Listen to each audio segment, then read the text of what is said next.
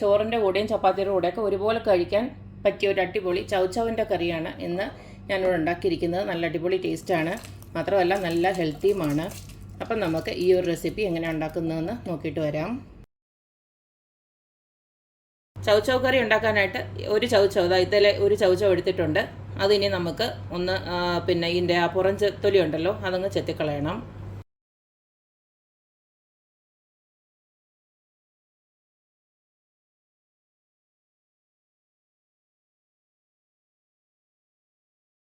ഇതിപ്പോൾ ഞാൻ ഇതുപോലൊക്കെ കഴുകി റെഡിയാക്കി വെച്ചിട്ടുണ്ട്. അതുപോലെ തന്നെ കുറച്ച് ഞാൻ നമ്മുടെ ഗ്രീൻ ലെൻറ്റിലുണ്ടല്ലോ അത് ഞാൻ ഇതുപോലൊന്ന് കുതിർത്ത് വെച്ചിട്ടുണ്ട്.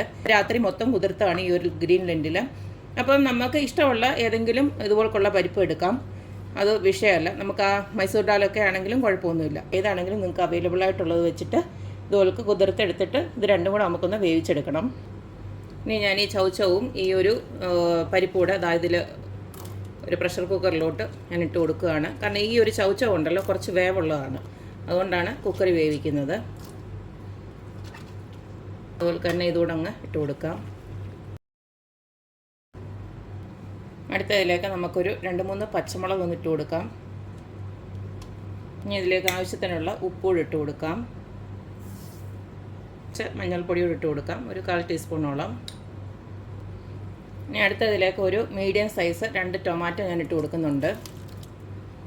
ആവശ്യത്തിനുള്ള വെള്ളമോടെ ഒഴിച്ചിട്ട് ഒരു 5 വിസിൽ വരെയെങ്കിലും മിനിമം വേവിച്ചെടുക്കണം. കാരണം ഞാൻ നേരത്തെ പറഞ്ഞ പോലെ തന്നെ ചൗചൗവിന് നല്ല വേവുണ്ട്. ഇനി ഞാനൊന്ന് വേവിച്ചെടുത്തിട്ട് വരാം. ചൗചൗവും ദാലൂടൊക്കെ ഞാൻ നല്ലതായിട്ട് വേവിച്ചെടുത്ത് വെച്ചിട്ടുണ്ട്. ഇനി നമുക്കതിനകത്ത് ഒരു അരപ്പ് ഉണ്ടാക്കാനുണ്ട്. അതിന് വേണ്ടിയിട്ടാണ് ഞാൻ ഇവിടെ ഒരു സവാള അരിഞ്ഞ് വെച്ചിട്ടുണ്ട്. പിന്നെ അതുപോലെ തന്നെ വെളുത്തുള്ളി, ഇഞ്ചി, പിന്നെ നമ്മുടെ പൊട്ടുകടല, പിന്നെ കുറച്ച് കപ്പലിൻ്റെ നിങ്ങൾക്ക് അലർജി വല്ലതും ഉണ്ടെങ്കിൽ അതിന് പകരം കാഷ്യൂനട്ട് അത്രയോടെ ചേർത്താൽ മതി. പിന്നെ കുറച്ച് കാഷ്യൂനട്ട്, പിന്നെ നമ്മുടെ ഉണക്കമുളക്, പിന്നെ ഇതിനകത്ത് ഇങ്ങനെയും കുറച്ച് ചേരുവകളും ഉണ്ട്, അത് എടുക്കുന്ന സമയത്ത് കാണിച്ചു തരാം. മസാല ഉണ്ടാക്കാനായിട്ട് ഇതുപോലൊരു ഫ്രൈ പാൻ ഞാൻ ഇതുപോലൊക്കെ അടപ്പിലോട്ട് വെച്ച് കൊടുത്തു. അതിലേക്ക് കുറച്ച് വെളിച്ചെണ്ണയാണ് ഒഴിച്ചു കൊടുത്തിരിക്കുന്നത്. അതിലേക്ക് ആദ്യം തന്നെ നമുക്ക് ആ ഉള്ളി അരിഞ്ഞ് വെച്ചിരിക്കുന്ന അങ്ങ് ഇട്ട് കൊടുക്കാം. അതുപോലെ തന്നെ വെളുത്തുള്ളി, ഇഞ്ചി കൂടെ ഞാൻ ഇട്ട് കൊടുക്കുകയാണ്. ഇതിലേക്ക് കുറച്ച് കറിവേപ്പിലൂടെ ഞാൻ ഇട്ട് കൊടുക്കുകയാണ്. ഇനി നമുക്ക് എടുത്ത് വെച്ചിരിക്കുന്ന ആ ഉണക്കമുളകും പറങ്ങേണ്ടിയും എല്ലാം അങ്ങോട്ട് ഇട്ട് കൊടുക്കുകയാണ്.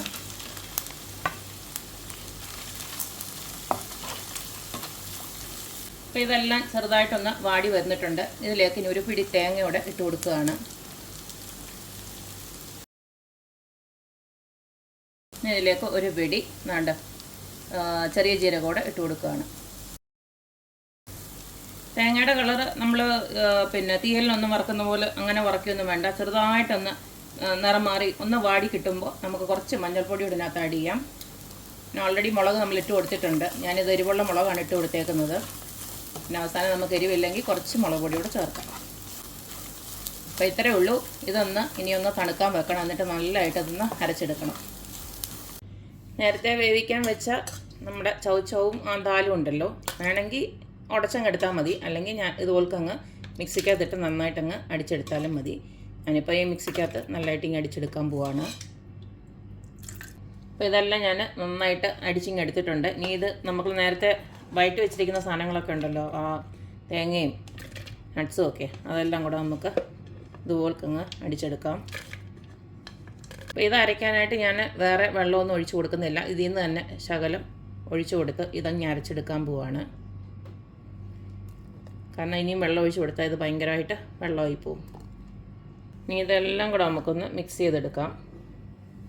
ഈ ഒരു പാത്രത്തിലോട്ട് ഇട്ട് കൊടുക്കുകയാണ്.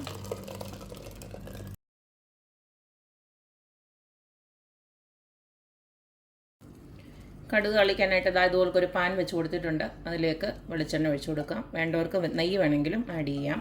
എണ്ണ ചൂടായി വരുമ്പോൾ കുറച്ച് കടുക് ഇട്ട് കൊടുക്കാം. അതുപോലെ തന്നെ കുറച്ച് ചെറിയ ജീരകോടെ ഇട്ട് കൊടുക്കുകയാണ്. ഇത്രയേ ഉള്ളൂ. കടുകെല്ലാം പൊട്ടി വരുന്നുണ്ട്. അപ്പോൾ നമുക്ക് കുറച്ച് ചെറിയുള്ളി അരിഞ്ഞതും 2-3 ഉണക്കമുളകും കുറച്ച് കറിവേപ്പിലയോടെ ഇട്ട് കൊടുക്കാം. കറിക്ക് എരിവ് വേണ്ടവർക്ക് ഈ സമയം കുറച്ച് മുളക് പൊടിയും ഇട്ട് കൊടുക്കാം.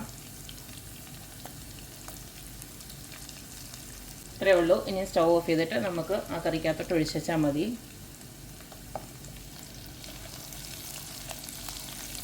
അപ്പോൾ ഞാൻ ഈ കറി ഒന്ന് അടപ്പിലോട്ട് വെച്ചിട്ടുണ്ട്, ചെറുതായിട്ടൊന്ന് ചൂടാക്കാൻ വേണ്ടിയിട്ടാണ്. ഈ സമയം ഉപ്പൊക്കെ നോക്കിയിട്ട് വേണമെന്ന് വെച്ച് കഴിഞ്ഞാൽ ആഡ് ചെയ്ത് കൊടുക്കാം. ചെറുതായിട്ടൊന്ന് ചൂടായി കഴിയുമ്പോൾ സ്റ്റൗ ഓഫ് ചെയ്യാം. നമ്മുടെ കടുക് വറുത്തതും ഈ സമയത്ത് ആഡ് ചെയ്യാം.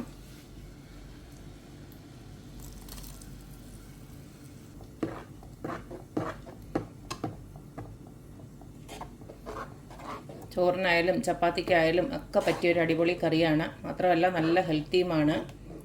നമ്മളിട്ട സാധനം എല്ലാം അറിയാമല്ലോ, നല്ല ഹെൽത്തി ആയിട്ടുള്ള സാധനമാണ്. അപ്പോൾ എല്ലാവരും ഇതുപോലൊക്കെ ഒന്ന് ട്രൈ ചെയ്ത് നോക്കുക, അഭിപ്രായങ്ങൾ അറിയിക്കുക.